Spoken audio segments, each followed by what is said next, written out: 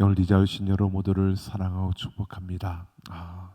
추석 연휴가 끝나가고 또 많은 비가 내리고 있는 가운데 또 이 자리에 오신 여러분 모두에게 하나님의 은혜와 또 여러분의 발걸음을 이곳으로 인도하신 하나님의 그 축복의 손길이 함께하는 귀한 시간이 되기를 소망합니다.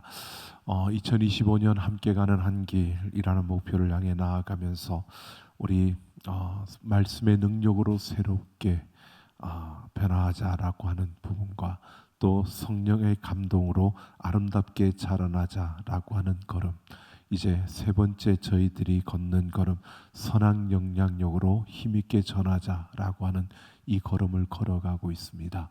특별히 10월 달은 행함이라는 주제에 맞춰서 우리 야고보 서를 함께 보면서 무엇보다 하나님께서 우리를 통해서 이루시고자 하는 그 역사들, 하나님께서 우리에게 기대하시는 그 행함에 대해서 우리가 함께 살펴보고 있습니다.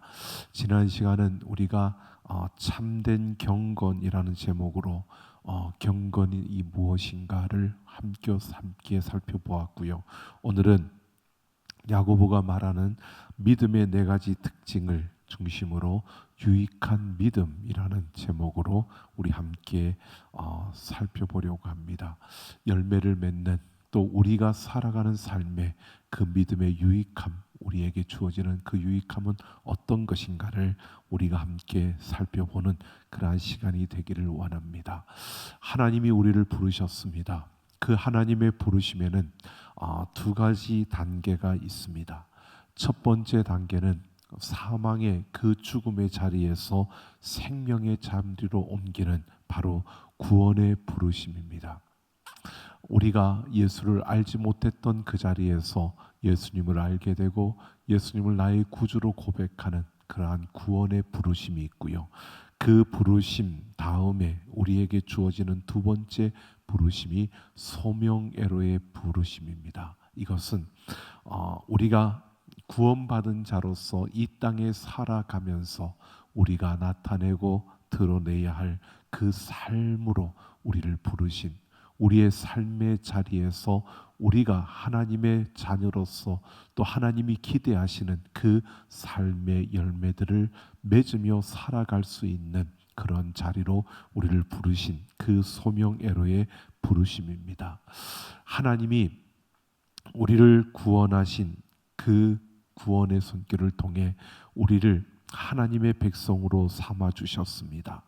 그 이유가 다른 것이 아니라 바로 우리를 믿음의 삶의 자리에 세워서 우리의 삶을 통해서 하나님이 하나님이심을 보여주고 또 믿음으로 살아가는 우리의 삶의 그 걸음을 통해서 하나님이 어떤 분이신가를 세상에 나타내며 그 모든 것을 통해 하나님이 영광을 받으시는 바로 그러한 우리의 삶을 위해서 하나님이 부르신 것임을 말해주고 있는 겁니다.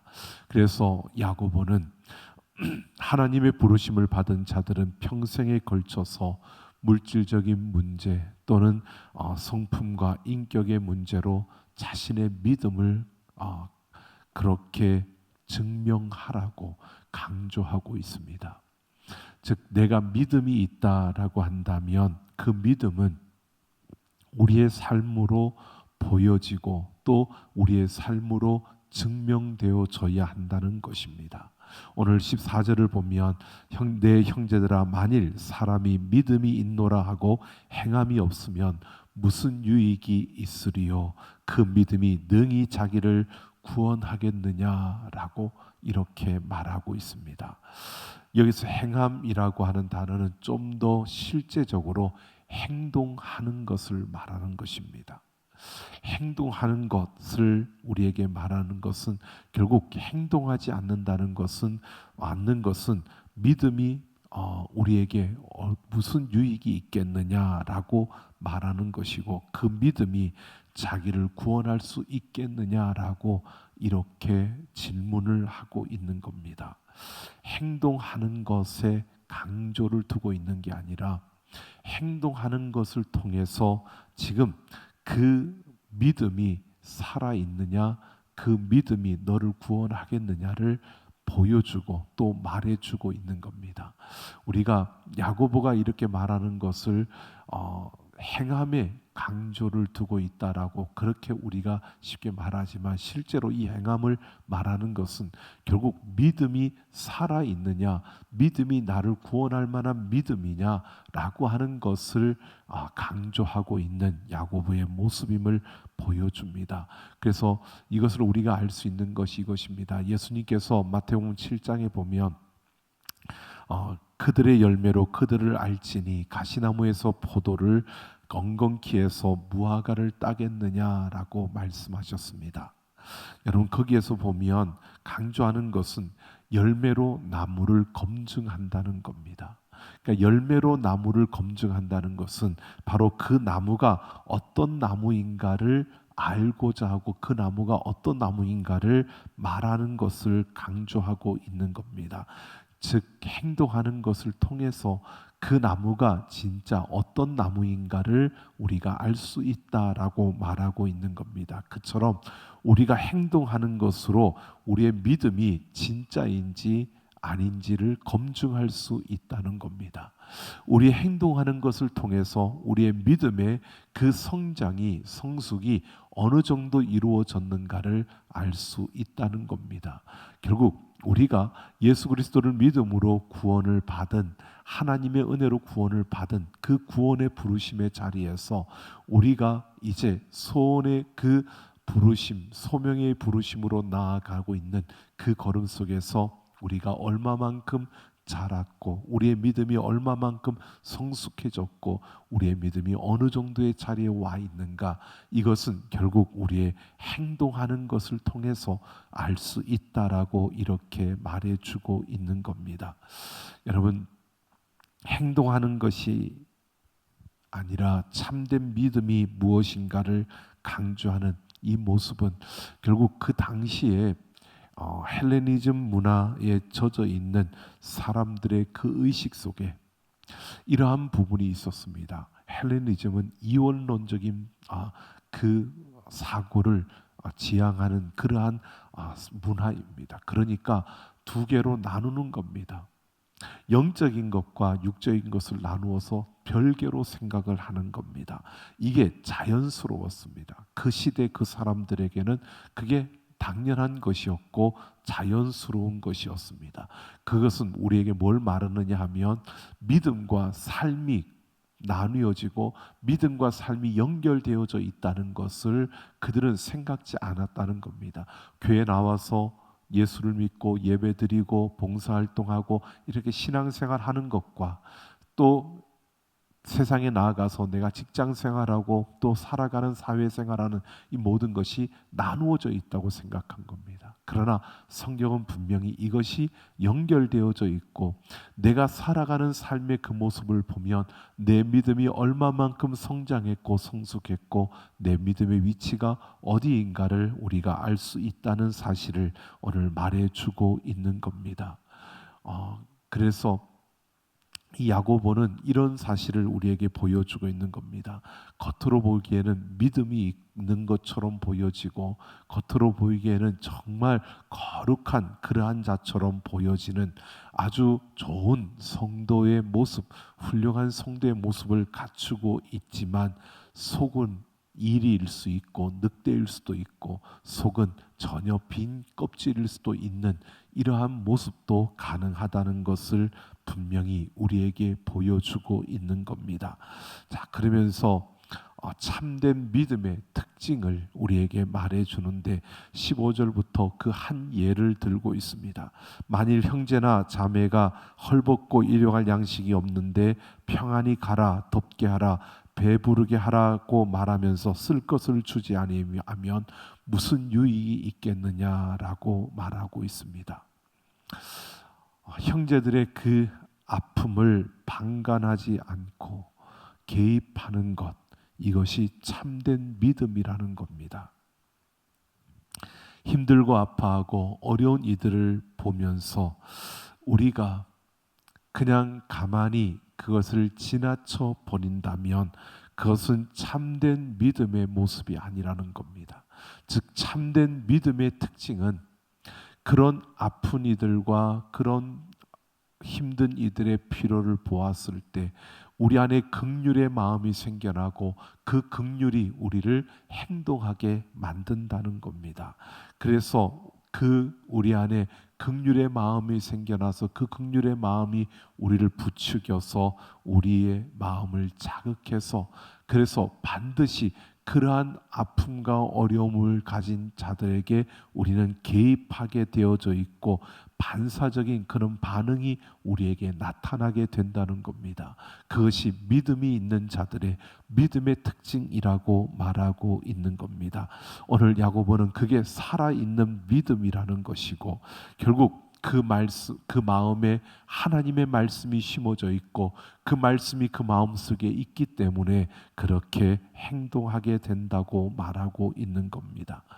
이것을 요한일서 3장 17절 18절에 보면 그렇게 18절에 이렇게 말합니다. 형제들아, 말과 혀로만 사랑하지 말고 행함과 진실함으로 하라고 말하고 있습니다. 즉 참된 믿음, 살아있는 믿음의 특징은 다른 이들의 아픔과 필요를 방관하지 않고 개입한다는 것입니다. 반드시 개입하게 되어 있다는 겁니다.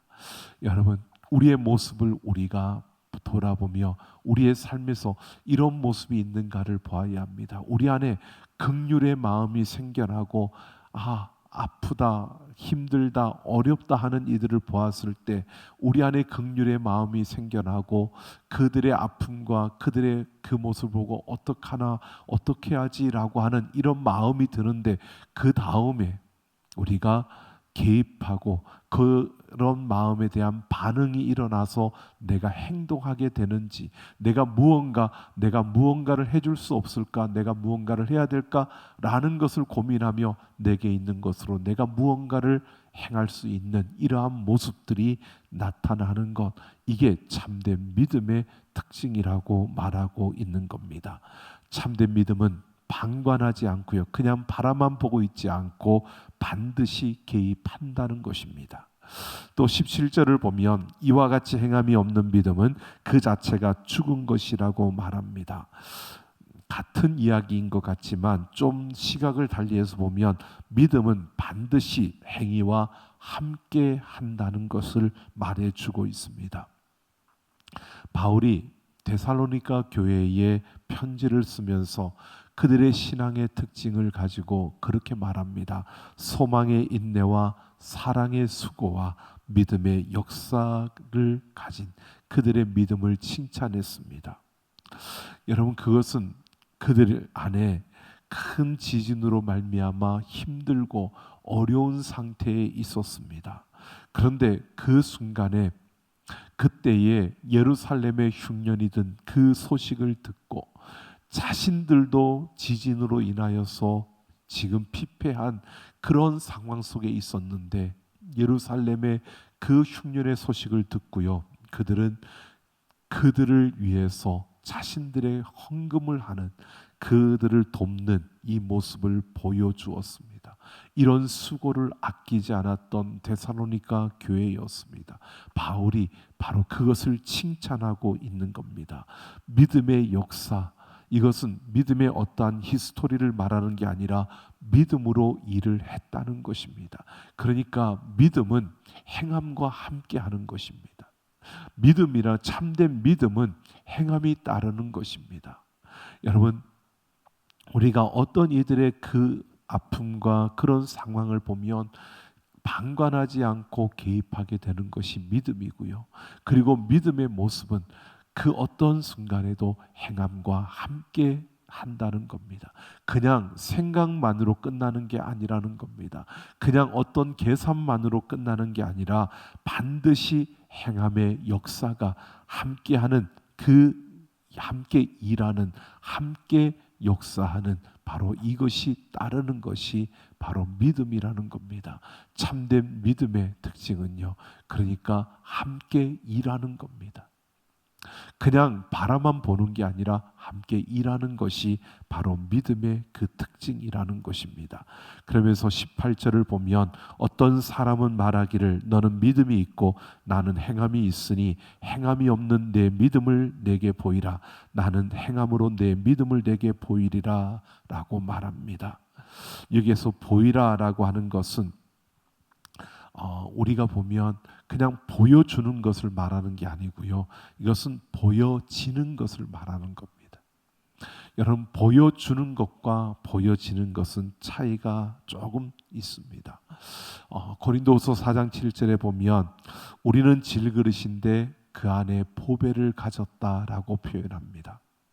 질그릇 안에 보배를 가졌는데 내가 보여주려고 하면 내 안에 있는 것을 내가 드러내려고 하는 건데 그게 아니라 보여진다는 것은 보여진다는 것은요 이런 겁니다. 내가 깨어지고 깨뜨려지고 내가 점점 깨뜨려지면서 내 안에 있는 그 보화가 드러나게 되는 것을 말하는 것입니다. 여러분, 질그릇 같은 우리 안에 예수 그리스도의 보배가 있습니다. 이것이 보여지는, 내가 깨뜨려짐으로 예수님이 보여지는 이런 것이 참된 믿음이라는 것을 말하고 있는 겁니다. 믿음이 있다는 것은 바로 이런 것을 말하는 겁니다. 나를 통해서 예수 그리스도가 보여지는 겁니다. 그것은 내가 삶 속에서 내 생각을 깨뜨리고 내 감정을 깨뜨리고 내 주장과 내 지식과 내가 가진 모든 것들을 깨뜨리면서 나아갈 때 그 내가 깨뜨려짐을 통해서 내 안에 예수 그리스도가 드러나고 보여지는 삶을 사는 것, 이게 바로 믿음의 특징이라는 것입니다. 참된 믿음은 내가 깨뜨려지면서 예수가 보여지는 삶을 사는 겁니다. 내가 예수를 보여주려고 발버둥을 치는 게 아니고요. 그저 삶을 살아가면서 말씀을 따라가 내가 깨뜨려지면서 내 안에 그리스도가 드러나고 또 보여지게 되는 이 삶이 참된 믿음의 특징이라는 겁니다. 믿음은 깨어짐과 부서짐을 통해서 예수 그리스도가 보여지는 겁니다. 여러분, 내가 예수를 보여줘야지 이렇게 여러분 내 의지로 얘가 예수를 보여줄 수 있는 게 아니라는 겁니다. 결국 내가 부서지고 깨어짐으로 내 안에 예수 그리스도가 드러나고 그 예수가 보여지고 그 예수가 드러나게 된다는 것입니다. 이게 참된 믿음입니다. 믿음은 내가 무언가를 해서가 아니라 내가 깨뜨려지고 부서짐을 통해서 바로 예수가 보여지는 것이 참된 믿음의 걸음임을 말하고 있습니다. 또 19절을 보면요, 내가 하나님은 한 분이신 줄을 믿느냐, 잘 아는도다 귀신들도 믿고 떠느니라 라고 말합니다. 귀신들도 하나님을 안다는 겁니다. 그런데 그것은 참된 믿음이 아닙니다. 귀신은 지식적으로 하나님을 아는데 하나님에게 순종하고 하나님을 주인으로 모시는 관계에서 아는 것이 아니라는 겁니다. 여러분, 참된 믿음이라는 것은 하나님을 안다는 게 아니라 하나님과 나와의 관계가 이루어지고 그 관계가 바로 하나님을 나의 주인으로 삼을 때 이게 참된 믿음의 특징이라는 겁니다. 여러분, 믿음이라는 것은 하나님을 나의 주인으로 삼는 겁니다. 그냥 하나님을 내가 믿고 하나님을 내가 붙들고 내가 하나님을 따라가는 것이 아니라 그 하나님을 나의 주인으로 삼는 겁니다. 바로 이게 참된 믿음의 모습이라는 겁니다. 참된 믿음의 특징입니다. 여러분, 우리가 예수를 믿는다고 하고 예수를 나의 구세주라고 고백합니다. 그리고 더 깊어지면 예수는 나의 주인이라고 고백하는 겁니다. 여러분, 예수님을 나의 구세주로 고백하며 우리의 믿음의 생활을 시작했다면 우리의 믿음이 자라가면 자라갈수록 우리는 예수님을 나의 주인으로 고백하게 됩니다. 예수님을 나의 주인으로 고백하는 그 고백이 나의 모든 삶의 영역에서 이루어질 때 우리는 참된 믿음, 살아있는 믿음이라고 말할 수 있고 그 믿음이 그러한 모습으로 보여지는 겁니다. 때로는 내가 살아가는 삶의 어느 영역에서는 예수님을 주인이라고 말하는데 어떠한 영역에서는 내가 주인일 때가 있고요. 내 감정이 주인일 때가 있고 내 기분이 주인일 때가 있고, 여러분 이런 삶이 아니라 하나님이 나의 주인, 내 기분과 내 감정과 내 상황과 내 모든 것을 넘어서 바로 하나님이 나의 주인이라고 고백하는 그러한 그 모습이, 그 삶이 참된 믿음임을 우리에게 말해주고 있습니다. 여러분, 우리의 삶의 모든 영역에서 하나님을 주인으로 삼는, 주인으로 모시고 살아가는 삶, 이것이 바로 내가 참된 믿음을 가진 자임을 보여주는 것입니다.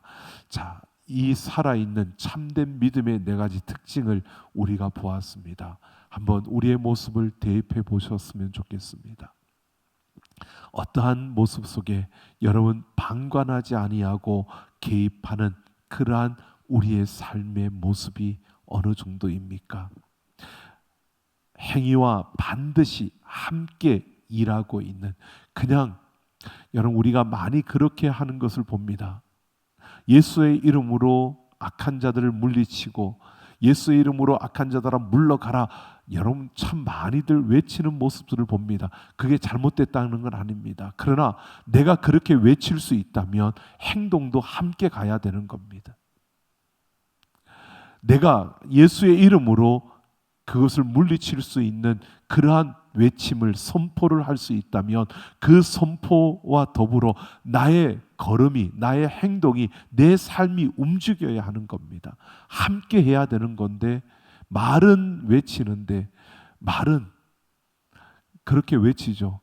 높은 산아 내가 스룹바벨 앞에서 무엇이냐라고 그렇게 외치며 무너질지어다라고 외치고, 여러분 외치는데 중요한 것은 우리의 모습은, 우리의 삶은 움직이지 않는다는 겁니다. 아니요, 우리의 삶이 함께 움직이는 그것이 참된 믿음의 역사라는 거고요. 또 내가 깨어지고 부서짐을 통해서 예수가 드러나고 보여지는 것, 이것이 참된 믿음의 모습이고요. 또 우리의 마음에, 우리의 삶의 모든 영역에 하나님을 주인으로 모시는 것, 이것이 참된 믿음의 특징입니다. 여러분, 오늘 우리는 예수를 믿는 믿음을 가지고 하나님의 자녀가 되었습니다. 우리는 얼마만큼 자라나 있습니까? 우리는 얼마만큼 성숙해져 있습니까? 우리의 믿음이 어느 정도입니까? 여러분, 우리가 이것을 보셔야 합니다. 우리가 구원받은 자로서 우리의 믿음은 날마다 자라나야 하고, 그리고 성숙해져 가야 하고, 또 그만큼 성장해 가야 합니다. 우리는 이 믿음의, 참된 믿음의 특징들을 생각하며 그 기준에 따라서 우리의 믿음이 날마다 자라가고 날마다 성장하고 성숙해져가는 그러한 역사가 우리 가운데 일어나기를 예수님의 이름으로 축원합니다. 우리가 바로 예수 그리스도를 믿는 믿음에 우리의 뿌리가 닿아 있다면 우리는 이렇게 자라가게 되어 있고 이렇게 자라날 수밖에 없습니다. 믿음의 우리의 뿌리가 그 예수 그리스도에게 닿아 있기 때문에 우리는 자라날 수밖에 없는 겁니다. 그런데 우리가 바라보면 이런 거죠. 은혜라는 말로 모든 것을 커버하며 모든 것이 은혜 맞습니다. 그런데 우리가 정작 은혜라고 하는 것을 통해서 믿음의 걸음을 걷지 못하고 그냥 은혜라는 그 아래에서 모든 것을 다 그냥 가능한 것으로 우리가 그렇게 여겨버리는 겁니다. 구원은 은혜로 받았습니다. 우리가 은혜로 구원을 받았습니다. 그렇다면 이제는 은혜로 살아가는 우리의 삶이지만 은혜로 살아가는 게 아니라 우리는 믿음으로 살아가는 겁니다. 은혜 위에서 믿음으로 살아가는 삶이 바로 우리의 삶이어야 하는 겁니다. 이제는 이 참된 믿음, 살아있는 이 믿음의 기준을 따라, 이 특성을 따라서 우리가 행동으로 나타내며 그 믿음의 삶을 살아내야 하는 것이 우리의 삶이고 우리의 걸음이라는 것입니다. 이게 우리에게 주어진 걸음이고, 여러분, 이것을 통해서 우리는 열매를 맺게 되는 것이고, 이것이 우리에게 믿음이 주는 유익함들입니다. 여러분, 자라나야 되는데 자라나지 못하면 우리에게는 계속 문제가 일어나게 되는 겁니다. 이런 글을 보았습니다. 네덜란드 비교문학 경영학자인 폰스 트로페너스라고 하는 박사가 세계 40개국의 주요 사업가들을 대상으로 조사를 했습니다. 이런 조사를 했습니다. 친구가 차를 몰고 가다가 과속을 해서 사람을 치었는데 당신은 그 차 안에 동석한 유일한 증인입니다. 만약 당신이 그 친구가 과속한 사실을 숨기면 그 친구는 가벼운 처벌을 받게 됩니다. 그런데 사실대로 얘기를 하면 그 친구는 인생의 중대한 국면을 맞게 되는 아주 큰 벌을 받게 될 수도 있습니다. 유일한 증인인 당신은 친구를 위해서 법정에서 그가 과속하지 않았다고 거짓말을 할 용기가 있습니까? 라고 물었습니다.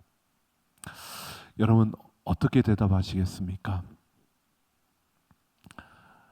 내가 유일한 증인인데 그 과속을 해서 사람을 친 그분이 나의 친구예요. 내가 과속을 했다라고 증언을 하면 이 친구는 아주 큰 벌을 받고, 내가 과속을 하지 않았다라고 거짓말을 하면 이 친구는 가벼운 벌을 받고 거기에서 풀려나게 되는 겁니다. 여러분, 어떻게 증언하시겠습니까? 40개국 사업가들을 대상으로 이것을 설문을 했는데요. 아무리 친구라 하더라도 진실을 이야기하겠다라고 하는 비율이 가장 높게 나온 나라가 캐나다 사업가들이었습니다. 96%. 그 다음 미국과 영국도 90% 이상이었고요. 60%대로 떨어지는 나라가 프랑스와 일본과 싱가포르였습니다. 우리나라는 어떠했을까요? 우리나라는 20%대로 가장 꼴찌였습니다. 그 글에서 이렇게 말합니다. 대한민국은 친구의 가속을 숨겨주겠다라고 생각하는데 그들은 이것을 의리라고 생각한다. 우리 사회가 그렇죠. 의리, 정. 이게 우리의 가장 대표되는 우리 민족성이라고 말합니다. 그러면서 그 글을 쓴 분은 이렇게 말합니다. 규칙과 약속도 중요하지만 의리를 지키기 위해서라면 규칙과 약속을 과감하게 왜곡하고 적절하게 변용시킬 수 있는 민족이 대한민국이다랍니다. 그러니까 한국에서는 사업을 하려면 규칙대로 하거나 원칙대로 너무 강조하면 살아가기가 힘들다는 겁니다. 이게 온정주의라고 말하죠.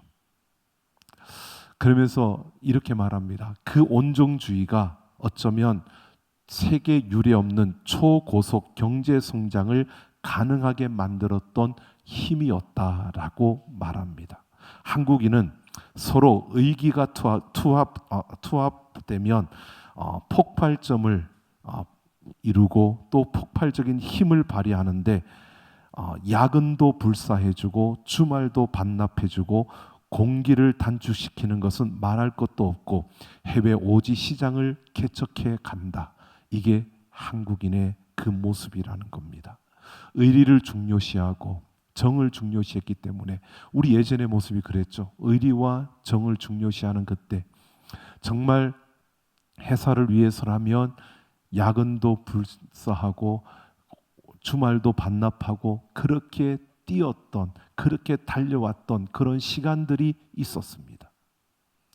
그래서 이렇게 말합니다. 의리를 중시하는 이러한 정의 문화가 유럽이 150년에 걸쳐서 이룬 근대화를 불과 20-30년 만에 이루어내는 결정적인 추진력이 되었다라고 합니다. 그런데 여기까지는 참 칭찬하는 것 같은데 그 다음에 이렇게 말합니다. 한국은 이제 경제 대국의 자리에 섰다. 그래서 한국을 본받고자 하는 국가들을 거느린 선도 국가가 되었다는 겁니다. 선도 국가의 자리에서는 더 이상 의리와 정은 유익함을 주지 않는다는 겁니다. 의리와 정은 달성한 경제적 성과를 유지하고 국가와 사회를 미래의 불확실한 위험으로부터 지켜내는 데는 별다른 도움이 되지 못한다라고 하는 겁니다. 고속 성장을 이루는 데는 그 의리와 정이 그만큼 힘이 되었다면 고속 성장을 위해서는 그동안 희생되었던 그 규칙 준수와 안전 우선과 책임 완수 등의 가치를 이제는 되찾아야 하는 그러한 과제가 대한민국에 있다는 겁니다. 여러분, 이 부분을 제가 왜 이 글을 보면서 이런 생각이 들었습니다. 지금 이 사회에 일어나는 수많은 문제들, 아직 우리는 선진국의 자리에 올라가서 선도하는 국가의 자리에 섰는데 그동안 이룬 이 경제 성과를 유지할 수 있는 그런 우리의 자세와 우리의 모습이 안 되었다는 겁니다. 의와 정을 버리는 게 아니라 의리와 정도 중요하지만 규칙을 준수하고 안전을 우선시하고 책임을 완수하는 그 규칙과 규범을 우리는 도외시하고 달려왔던 그 걸음이 마치 계속돼야 된다고 착각을 하는 거죠. 아니요. 성장하고 성숙해져 가면 우리는 점점 더 우리의 책임을 다하기 위해서 규칙과 규범에 더 우리는 우리 자신을 맞춰 가야 되고, 그래야 우리가 이룬 그 성장을 그만큼 유지할 수 있고 또 우리를 바라보고 따라오는 그런 국가들을 이끌어갈 수 있는 그런 자리에 서게 되는데, 우리는 여전히 의리와 정에 묻혀있는 이 모습 때문에, 그래서 여러분 정말 아프지만 다 그랬어, 다 그렇게 살아간 거야, 원래 그렇게 해도 괜찮아, 조금 그 정도는 괜찮은 거 아니야, 이런 것 때문에 여러분 세월호 문제가 터졌고 사회 곳곳에서 많은 문제들이 터지지 않았습니까? 많은 산업재해들이 일어나고 아파트가 무너지고, 여러분 이 모든 것들이 여러분 그냥 일어난 게 아니라 결국은 이런 거죠. 의리와 정을 중시했던 그런 문화 속에 그렇게 달려왔던 것들이 그냥 자연스럽게 묻혀 있는, 자라나지 못하고 나아가지 못하고 규칙과 책임과 그 주어진 의무와 그 규범을 그냥 무시해버리는 그러한 상태에서 머물러 있는 여러분 이 모습이었기 때문이라는 겁니다. 우리의 믿음도 마찬가지입니다. 구원을 받는, 은혜로 구원을 받았는데 이 은혜만을 이야기하면서 그냥 살아가고 있다면, 그냥 내가 그 구원받은 자로서 믿음의 그 걸음으로 그 믿음의 그 삶을 살아내려고 달려가지 못하고 계속 은혜만 외치고 있다면, 결국 우리는 구원받은 자로서 믿음의 그 삶을 살아내지 못하고 믿음의 그 모습을 드러내지 못하고 참된 믿음의 그 걸음을 걷지 못하고 그냥 은혜만을 외치고 있다면, 결국 우리는 이러한 모습이 되고 만다는 겁니다. 자라나야 되는데, 성장해야 되는데, 성숙해서 믿음으로 살아가는 삶의 그 능력과 삶의 역사들을 나타내며 보여주며 살아가야 되는데, 그러지 못했을 때 결국 우리는 이 사회에서 일어나고 있는 그 문제들이 결국 우리의 삶에도 일어날 수밖에 없고 우리의 삶에도 그런 일들이 나타날 수밖에 없다는 것입니다. 오늘 우리의 믿음의 모습을 봐야 합니다. 여러분, 하나님의 은혜로 우리는 살아가는 건 맞습니다. 그런데 그 은혜로 살아간다고 내 믿음의 삶을 내가 살지 않아도 된다는 게 아니라, 우리의 믿음의 삶을 살아가게 하기 위해서 하나님이 우리에게 은혜를 베풀어 주시고 그 은혜의 손길로 우리를 이끌어 주시는 겁니다. 그런데 믿음의 삶을 살려고 하지 않고 믿음의 삶을 살려고 참된 믿음의 그 걸음을 살려고 하지 않고 그냥 은혜만 붙들고 있다면 결국 여러분 우리는 이 사회가 당하는 그 아픔과 그 문제들이 우리의 삶에도 일어날 수밖에 없다는 겁니다. 의리와 정만 중시하고 그것만 따지다 보니까 거짓도 불서하고 규칙과 규범을 진실을 외면해버리는 그 삶이 여러분 사회를 무너뜨렸고 이 사회 이곳저곳에 많은 문제들을 일으켰고 많은 사건과 사고들을 일으켰는데 우리는 그 사건과 사고가 일어날 때마다 그냥 이러면 안 돼, 이러면 안 돼 그러는데 또다시 똑같은 일들이 반복되어져 가는 이 사회 속에서 여러분 우리의 믿음의 모습을 보아야 합니다. 우리 역시 마찬가지입니다. 계속 은혜만을 이야기하며 살아간다면 우리의 믿음의 삶을 살아내지 못하고 참된 믿음의 그 모습을 보여주지 못하고 그 믿음으로 우리가 나아가지 서지 못하면 결국 우리의 삶도 마찬가지라는 겁니다. 여러분 은혜가 없는 게 아니라 믿음으로 서야 하는데 믿음으로 서지 못하는 겁니다. 그 믿음이 자라가고 성장해서 하나님의 말씀, 진리의 말씀을 따라 견고히 서가야 되는데 멈추는 겁니다. 성장하지 않는 겁니다. 왜? 내가 생각하는 여기까지만, 내 감정에 따라, 내 기분에 따라 거기까지만 이렇게 생각하면 결국 우리는 그냥 믿음을 포기하고 은혜 안에 머물러 있는 겁니다. 물론 구원은 받습니다. 물론 우리는 구원받은 자입니다. 하지만 믿음의 삶을 이루어내지 못했을 때 우리가 살아가는 그 삶의 자리에 주어지는 그 아픔들과 그 모습들은, 그 어려움들은 우리를 계속해서 믿음의 삶의 자리로 밀어내고 또 우리를 그렇게 몰아가게 될 것입니다. 여러분 오늘 우리는 어느 자리에 있는지 보아야 합니다. 마태복음 7장 21절에 말합니다. 나더러 주여 주여 하는 자마다 다 천국에 들어갈 것이 아니요 다만 하늘에 계신 내 아버지의 뜻대로 행하는 자라야 들어가리라 라고 말하고 있습니다. 믿음과 행위는 같이 가는 것이 참된 믿음입니다. 여러분 우리가 은혜로 구원받은 것 맞습니다. 그 은혜 안에서 살아가는 것 맞습니다. 근데 그 은혜 안에서 살아가는 우리들이 그냥 걷는 게 아니라 참된 믿음으로 우리가 걸어야 하고 믿음의 삶을 세워야 하는 겁니다. 믿음으로 나아가는 우리의 걸음이 되어줘야 합니다. 여러분 우리의 모든 걸음 속에서 한번 우리의 모습을 보십시오. 행위도 중요한데 더 중요한 것은 바른 행위입니다. 하나님의 뜻대로 행하는 우리의 걸음, 하나님의 뜻대로 살아가는 우리의 삶, 하나님의 뜻을 따라 우리가 고쳐가며 또 도전하며 또 그렇게 우리의 삶을 바로 세워가는 우리 모두가 되기를 예수님의 이름으로 축원합니다.